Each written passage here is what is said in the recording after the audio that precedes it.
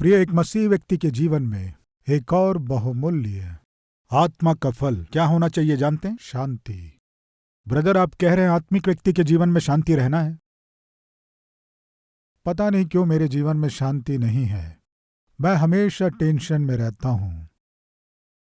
मेरा मन बहुत व्याकुल रहता है। मैं हमेशा दबाव में रहता हूं। मुझ में बिल्कुल शांति नहीं है, आनंद नहीं है। मेरे हृदय में हमेशा दुख रहता है। मेरे जीवन में ऐसा क्यों है? ऐसे यदि आप प्रश्न करेंगे तो उसका बाइबल में उत्तर है। शायद वो उत्तर सही है। आइए उसे देखें। यशायाह की पुस्तक 57 अध्याय 20 वचन से सब मिलकर पढ़ेंगे। परंतु दुष्ट तो लहराते हुए समुद्र के समान है, जो स्थिर नहीं रह सकता। उसका जल मैल और कीच उछालता है। ओके, उसके बाद के वचन को देखिए। दुष्टों के लिए शांति नहीं है, मेरे परमेश्वर का यही वचन है। किसे शांति नहीं रहेगी? किसे सुकून नहीं मिलेगा? किसे संतोष नहीं मिलेगा? जिसके हृदय में दुष्टता रहती है। दुष्टता कहां से आती है जानते हैं आप? दुष्ट से। दुष्ट कौन है जानते हैं प्रियो? शैतान। शैतान दुष्ट है। वो दुष्टता को फैलाता है। दुष्टता, जिसमें दुष्टता होती है, दुष्टता के काम करता है। जो दुष्टता के काम करते हैं वे दुष्ट हैं, और दुष्टों को शांति नहीं रहती, सुकून नहीं रहता। यदि आपके जीवन में शांति नहीं है तो किसी न किसी स्थान में दुष्टता स्थान बना ली है। आपका घर बहुत सुंदर हो सकता है, बहुत अच्छा हो सकता है। शेल्फ के ऊपर या खटिए के नीचे या सोफे के कोने में चूहा मर गया। क्या मर गया? चूहा मर गया। आपका घर कितना भी सुंदर क्यों ना हो, उस घर में कदम रखने से क्या होगा बताइए? उस कमरे में कदम रखने से क्या होगा बताइए? बहुत बदबू मारेगा। घर सुंदर दिख रहा है ना, अच्छे रंग लगाए हैं ना, अच्छे लाइट लगाए हैं ना, अच्छा सोफा है ना, बहुत बड़ा टीवी है ना, कीमती कमरा हो सकता है, लेकिन किसी न किसी स्थान में कोई मृतक शरीर वहां पड़ा हुआ है, समझो, उससे क्या होगा? बदबू मारेगा। आपको याद है मूसा? मूसा, तू जहां खड़ा है वो स्थान कौन सा स्थान है? पवित्र स्थान है। इसीलिए तुम्हारे पांव के जूतियों को तुम उतार कर आओ कहा। इससे मुझे क्या समझ में आया कि जूतियां मरे हुए जानवरों के चमड़े से बनाते हैं। चमड़े से बनाते हैं। तुम अपनी जूतियों को उतार कर आओ। परमेश्वर जब मूसा को बुला रहा था तब मुझे क्या समझ में आया कि जो शरीर से संबंधित है उसे छोड़कर आ। शरीर के काम तो ये हैं। गलतियों की पत्री 5वां अध्याय, गलतियों की पत्री 5वां अध्याय 19वां वचन। शरीर के काम तो प्रकट हैं, अर्थात शरीर के काम तो प्रकट हैं, अर्थात व्यभिचार, यानी शादी होने के बाद पत्नी के होते हुए भी किसी पराई स्त्री के साथ संबंध बनाना व्यभिचार है। पाप करना व्यभिचार है। गंदे काम यानी अपवित्रता, आंखों में अपवित्रता, विचारों में, बातों में अपवित्रता हो सकती है, कामों में अपवित्रता हो सकती है। पवित्रता को बिगाड़ने वाली हर एक अपवित्र है। अगर ये हमारे जीवन में होगा तो हम में शांति नहीं रहेगी। या विवाह के पहले फ्रेंडशिप कहकर यदि आप पराई लड़की से या पराए लड़के के साथ प्यार के आड़ में यदि आप अपने शरीर की इच्छाओं को पूरी कर रहे हैं तो आपके शरीर की लालसाओं को यदि आप पूरी कर रहे हैं तो जीवन में शांति नहीं रहेगी। ये दुष्टता से संबंधित है। दुष्ट शैतान बड़ी चालाकी से आपके अंदर जो दुष्ट कार्यों को रखा है, उसे प्यार की आड़ में आप जो करते हैं वही व्यभिचार है, जो अल्पकाल का पाप है। यदि वो आप में होगा तो शांति नहीं रहेगी। वैसे ही गंदे काम यदि आप में होंगे तो शांति नहीं रहेगी। और क्या है? लुचपन यानी कामुकता, शरीर की लालसाएं। विवाह होने के बाद शरीर में सहज रूप से परमेश्वर ने जो रखा है इच्छा पति या पत्नी के द्वारा ही पूरी होनी है। ये परमेश्वर का बनाया गया नियम है। पति से ना होकर, पत्नी से ना होकर, पराये पुरुष या पराई स्त्री के साथ, या विवाह के पहले ही फलाने लड़के के साथ, लड़की के साथ, शरीर के कार्य वो कामुकता है, लुचपन का स्वभाव है। यदि ऐसा स्वभाव आपके जीवन में है तो आपको शांति नहीं मिलेगी। उसके बाद मूर्ति पूजा। सामान्यतः मूर्ति पूजा कहने से हम सहज रूप से एक मूर्ति की पूजा करने से ही उसे हम मूर्ति पूजा समझते हैं, लेकिन ये सही नहीं है। परमेश्वर से आप जिससे अधिक प्रेम करेंगे वही आपके जीवन के लिए एक मूर्ति है। समझ में आया? कई बार परमेश्वर से अधिक एक लड़की एक लड़के से प्रेम करती है, परमेश्वर से अधिक एक लड़का एक लड़की से प्रेम करता है। कुछ लोग इस तरह कहते हैं, मैं किसी को भी छोड़ दूंगा, परमेश्वर को भी छोड़ दूंगा, लेकिन बिरयानी को नहीं छोड़ूंगा। क्यों प्रियो, नहीं है क्या ऐसे लोग? कुछ लोगों के लिए भोजन बहुत प्रिय होता है। मैं पूछता हूं, आज परमेश्वर के लिए कुछ भी छोड़ने का स्वभाव है या फिर किसी के लिए भी परमेश्वर को छोड़ने का स्वभाव है? सुनिए, परमेश्वर से अधिक आप जिससे भी प्रेम करेंगे वो आपके लिए एक मूर्ति पूजा है।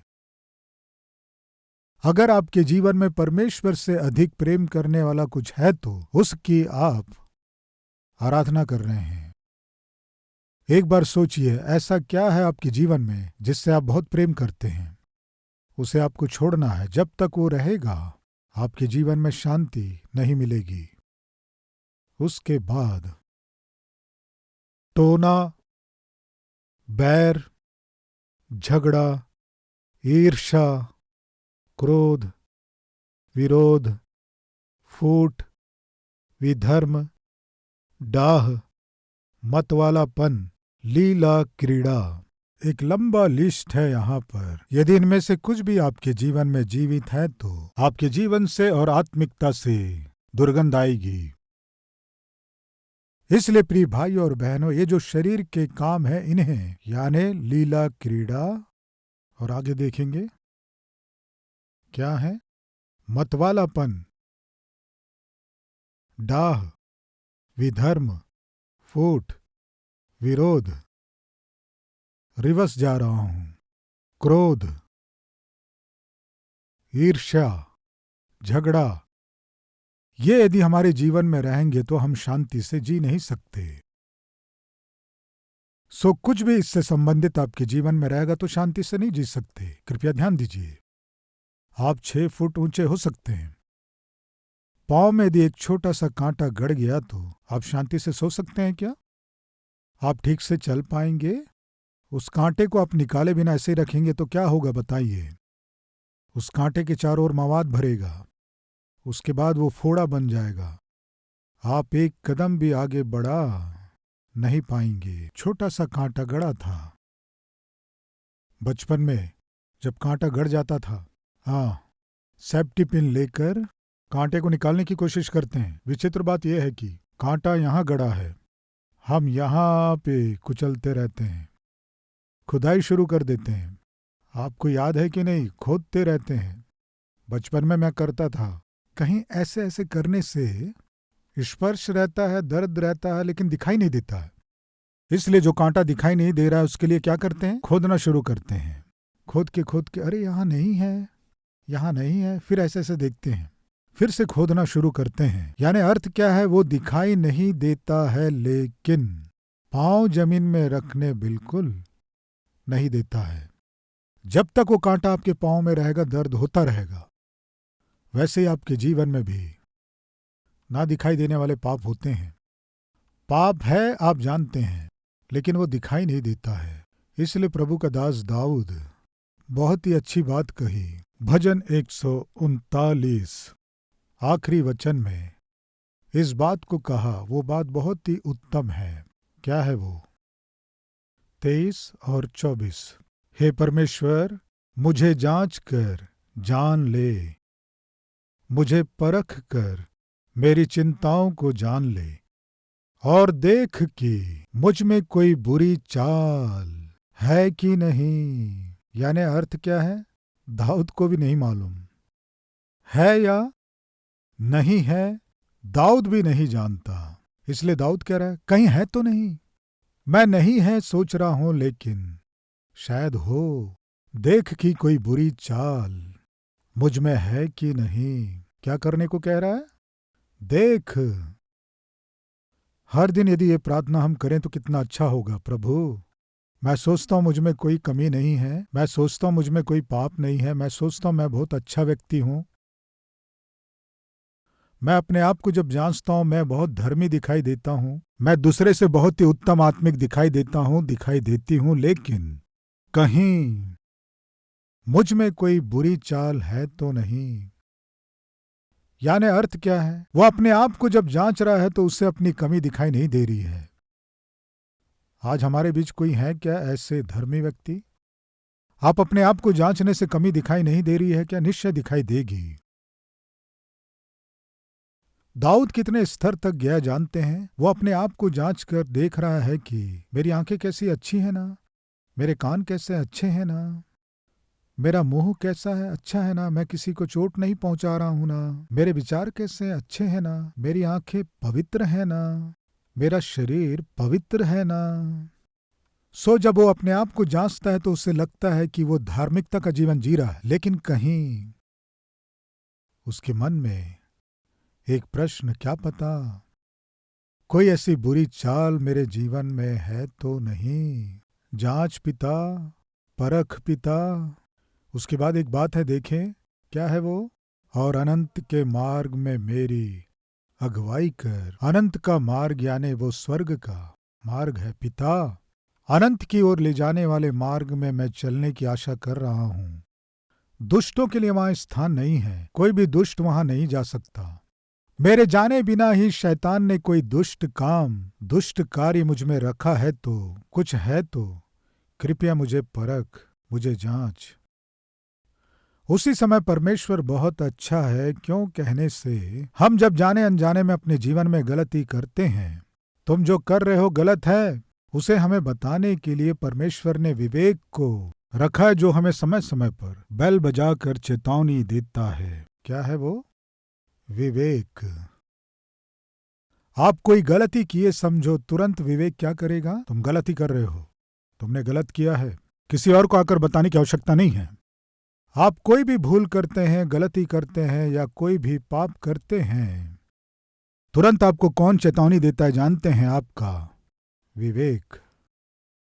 एक बार एक लड़का अपने मालिक के साथ काम कर रहा था। काम करते समय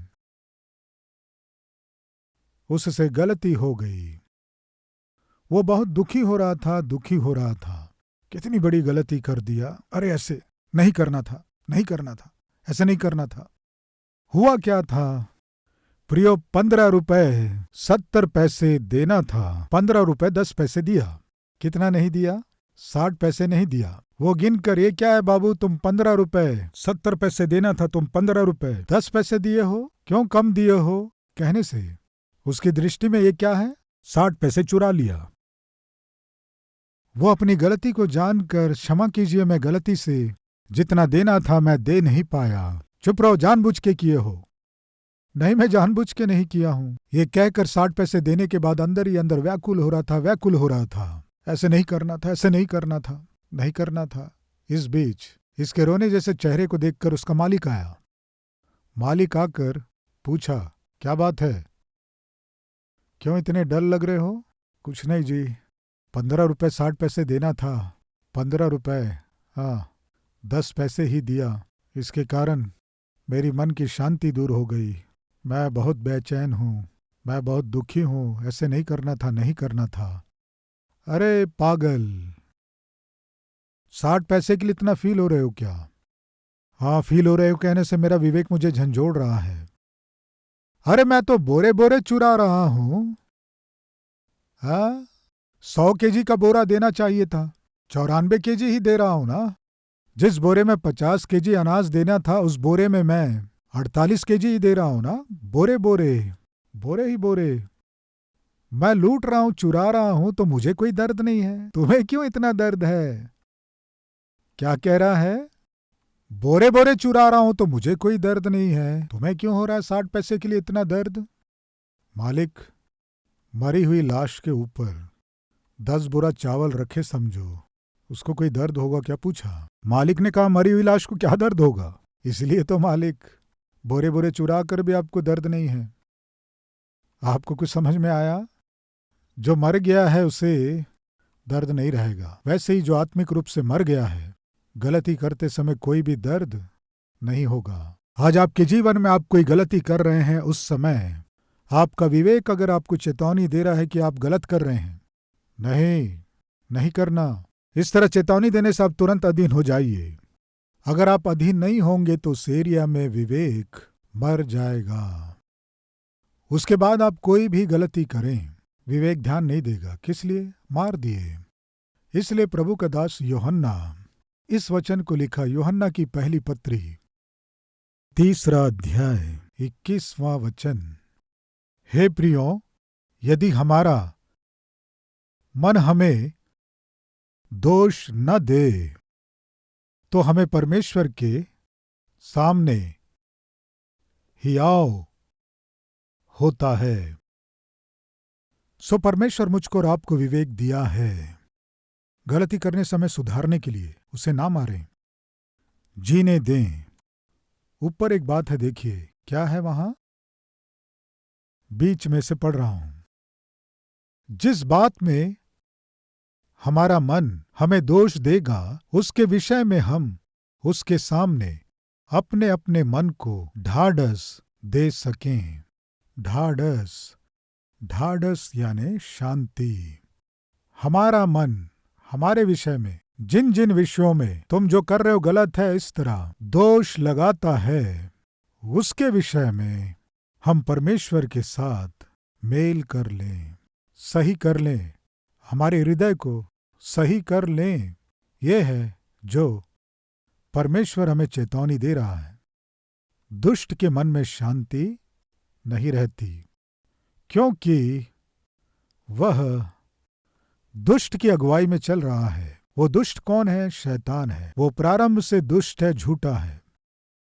उसे यदि आप अपने जीवन में स्थान देंगे तो आपको दुष्ट बना देगा और आपके द्वारा दुष्ट कामों को करवाएगा। यदि आपके जीवन में दुष्टता रही तो आप शांति से जिए, ये संभव नहीं होगा। सबसे पहला, परमेश्वर के साथ के मेल को खो दोगे, और दूसरा, आपके चारों ओर के लोगों के साथ मेल को खो दोगे। याद दिला रहा हूं, अगर इस डायरेक्शन में आपका मेल नहीं है तो, परमेश्वर के साथ यदि आपका मेल मिलाप नहीं है तो, आपके पति से मेल मिलाप नहीं रहेगा, पत्नी से मेल मिलाप नहीं रहेगा, बच्चों के साथ मेल मिलाप नहीं रहेगा, लोगों के साथ मेल मिलाप नहीं रहेगा। याद रखिए, जब आप परमेश्वर के साथ मेल मिलाप के साथ रहेंगे, आपके आसपास के लोगों से भी मेल मिलाप से रहेंगे। जिनका परमेश्वर के साथ मेल मिलाप नहीं है, आसपास के लोगों के साथ भी नहीं रहेगा। प्रिय, मेल मिलाप कब संभव है जानते हैं? उनमें परमेश्वर रहेगा तब। जो क्रोध करते हैं, जो झगड़ते हैं, परमेश्वर के बच्चे नहीं हैं। परमेश्वर यदि आप में है तो आसपास के लोगों के साथ मेल से रहेंगे। याद रखिए, पति सुन रहे हैं, परमेश्वर यदि आप में होंगे तो आप पत्नी के साथ मेल से रहेंगे।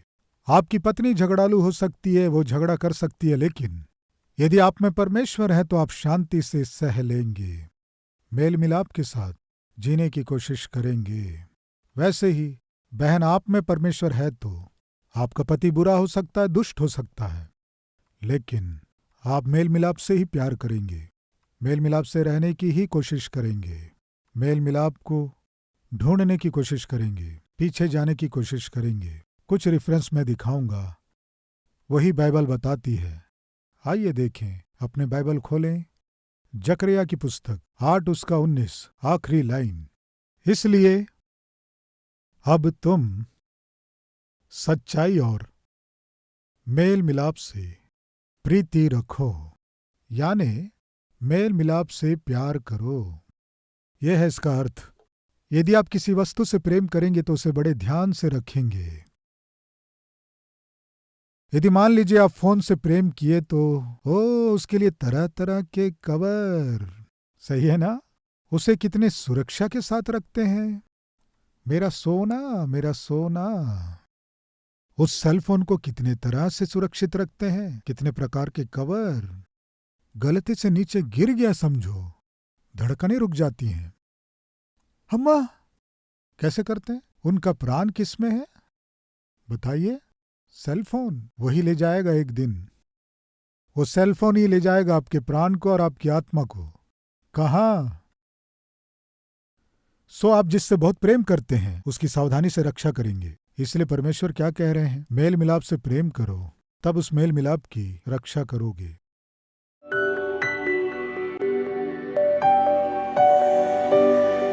महान पवित्र प्रेमी परमेश्वर पिता, मेल मिलाप के विषय में बहुत सी बातों को आप हमसे बांटे।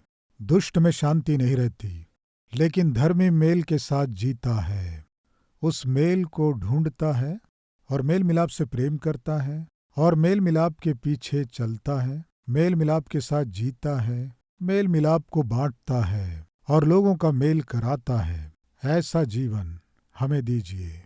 क्रोध करने वाले, डाह करने वाले, अहंकारी लोग पिता मेल मिलाप को बांट नहीं सकते, बढ़ा नहीं सकते, मेल मिलाप के साथ जी नहीं सकते।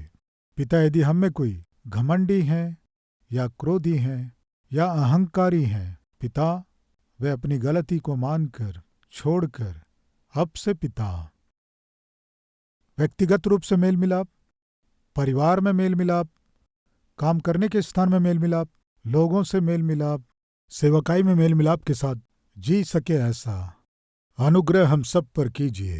यीशु के नाम से मांगते हैं पिता, आमीन। हमारा पता Calvary, post box number 30, Kukatpally, Hyderabad 72।